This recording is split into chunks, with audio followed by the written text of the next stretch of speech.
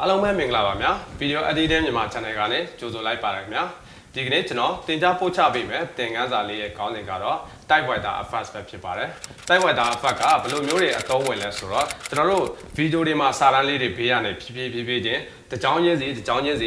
ည်းနည်းချင်းစီပေါ့နော်စာရိုက်တဲ့ပုံစံမျိုးလေးတွေနည်းနည်းချင်းစီဘေးကနေပေါ်လာတာမျိုးပဲဖြစ်ပါတယ်အဲ့တော့ဒီဗီဒီယိုမှာဘယ်လိုမျိုးပြုလုပ်တယ်ဆိုတာကိုကျွန်တော်တို့တွားပြီးတော့လေ့လာကြည့်လိုက်ရအောင် okay အားလုံးပဲအစတင်ဖြစ်ပြီဆိုရင်ကျွန်တော်နဲ့တူတူတွားပြီးတော့လေ့လာကြည့်လိုက်ရအောင် okay စလိုက်အောင်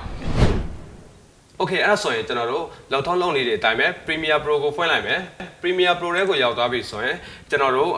ဖြန့်ညက်ကတ်လုပ်မဲ့ဗီဒီယိုတစ်ခုကိုကျွန်တော်တို့ထည့်ထားလိုက်မယ်ပြီးသွားပြီဆိုရင်ကျွန်တော်တို့ကစောစောကပြောသလိုပဲစာတန်းလေးကိုဘေးကနေဖြည်းဖြည်းချင်းထွက်လာအောင်လုပ်မှဖြစ်တဲ့အတွက်ကျွန်တော်တို့အရင်ဆုံးဒီဗီဒီယိုပေါ်မှာစာရေးရမှာဖြစ်ပါတယ်စာရေးရမှာဖြစ်တဲ့အတွက်ကျွန်တော်တို့ဗီဒီယိုရဲ့ဒီဘက်ဘယ်ဘက် channel လေးမှာရှိတဲ့ဒီတိုးပါမှာရှိတဲ့ဒီ type 2ဆိုတာလေးကိုကျွန်တော်တို့ရွေးလိုက်မှာဖြစ်ပါတယ် keyboard မှာနှိပ်မယ်ဆိုရင်ဒီ key လေးကိုနှိပ်လို့ရပါတယ် okay အဲ့ဆိုရင်ဒီ video subscribe မှာကျွန်တော်တို့စာတစ်ကြောင်းလောက်လာရေးကြည့်ရအောင်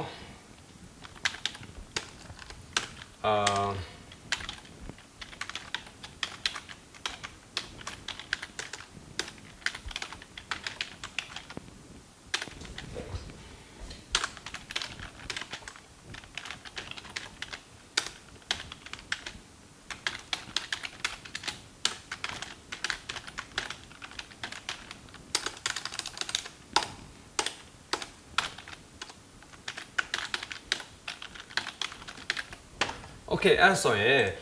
ကျွန်တော်တို့ကဒီမှာစာတန်းလေးတစ်ခုပေါ့နော်အားလုံးပဲမင်္ဂလာပါဗျာ Video Editing မြန်မာ Channel မှာကြိုဆိုပါရဆိုတဲ့စာတန်းလေးကိုကျွန်တော်တို့ရေးလိုက်တာပဲဖြစ်ပါတယ်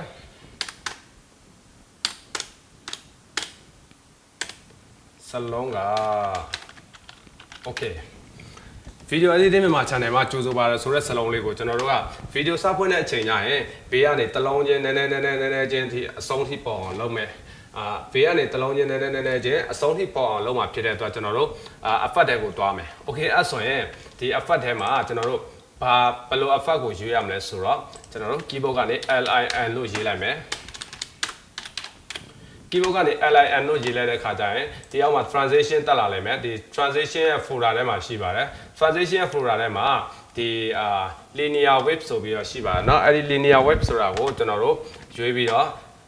linear wave ဆိုတာလေးကိုကျွန်တော်တို့ click ထောက်ပြီးသွားရင်ကျွန်တော်တို့ကျွန်တော်တို့စာရေးထားတဲ့ track လေးပေါ်မှာပေါ့နော်စာရေးထားတဲ့ track bar လေးပေါ်မှာကျွန်တော်တို့လာထည့်လိုက်မှာဖြစ်ပါတယ်ပြီးသွားရင်ဒီဘက် effect ထဲမှာသူဘာပေါ်လာမလဲဆိုတော့စောစောကကျွန်တော်တို့ထည့်လိုက်တယ်ဒီ linear wave ဆိုရဲဒီ effect လေးပေါ့နော်ဒီဘက်ဘေးမှာဘာလေးတစ်ခုအနေနဲ့ပြန်ပေါ်လာမယ်ပြီးတော့ပြီဆိုရင်ဒီမှာ19 degree ပေါ့နော်ဒီ90 degree 90 degree ကိုကျွန်တော်တို့က290 degree ပြောင်းလိုက်မယ်ပြီးရင် enter နှိပ်လိုက်မယ်ပြီးတော့ပြီဆိုရင် transition မှာအရှိမကျွန်တော်တို့ mask လေးပေးလိုက်မယ်ပြီးတော့ရင်100% ပြောင်းလိုက်မယ်เนาะ100% ပြောင်းလိုက်မယ်100% ပြောင်းပြီးတော့ရင်ကျွန်တော်တို့ဒီကောင်လေးကိုနောက်နည်းနည်းဆုပ်ပြီးတော့ရင်0% ပြန်ပြောင်းလိုက်မယ် okay အဲ့ဒါဆိုရင်ဘယ်လိုဖြစ်သွားမလဲဆိုတာကျွန်တော်တို့ကြည့်ကြည့်အောင်